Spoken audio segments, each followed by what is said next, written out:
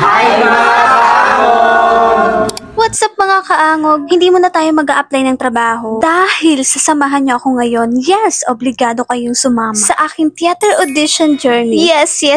Tama kayo nang narinig. Theater, yes! And suot ko ngayon ang aking favorite ternas.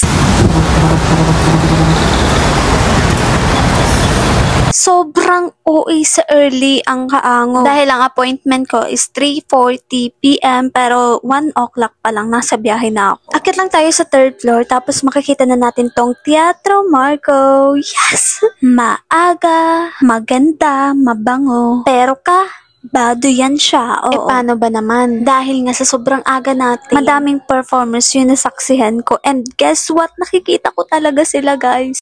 Si Chichay, yung pinaka-story niya. Kita sa video mo yun. Ay, hindi. Kita siya, pero yung ako hindi. So, ganda. Ay, doon na kayo.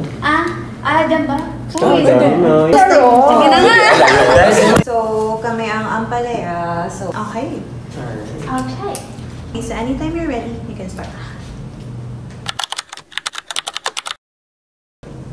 Para siyang si Cyril Manabot dun sa It's Okay to Not Be Okay. Yung Ay, hindi daw. Hindi ko lang po.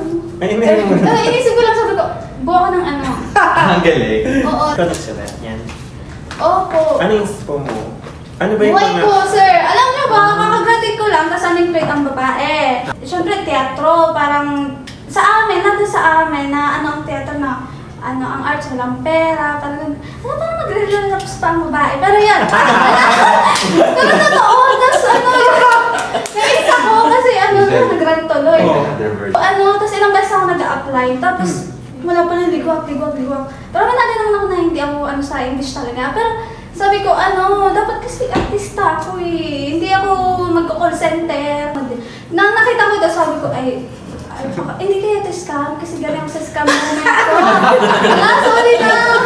Ang pwede pa may investment. Yun, sabi ko, legit naman sila. Tapos, Salamat kaya ito lang reason ko para mabuhay ulit. Wow. Kasi, passion talaga yung sinabi mo sa email mo eh. Commercial, So, yung Billboard. Yes! Yeah.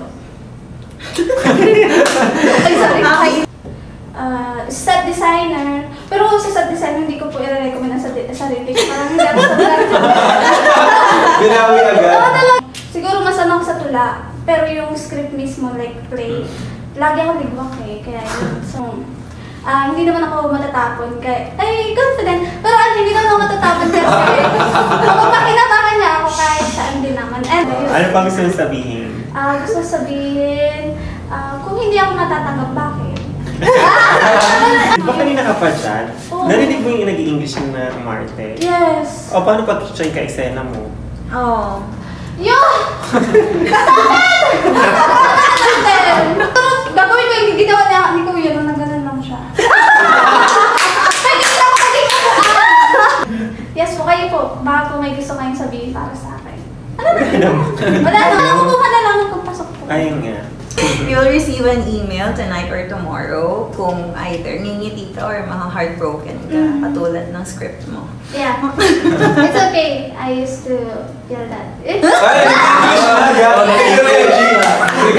Sige po, salamat po. Thank you, Nika.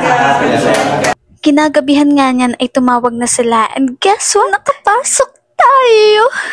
Talagang God is good all the time. Kaya hanggang dito na muna tayo mga kaangog. Dahil babalitaan ko kayo sa mga susunod na mga kaganapan. Don't forget to follow me! Bye kaangog!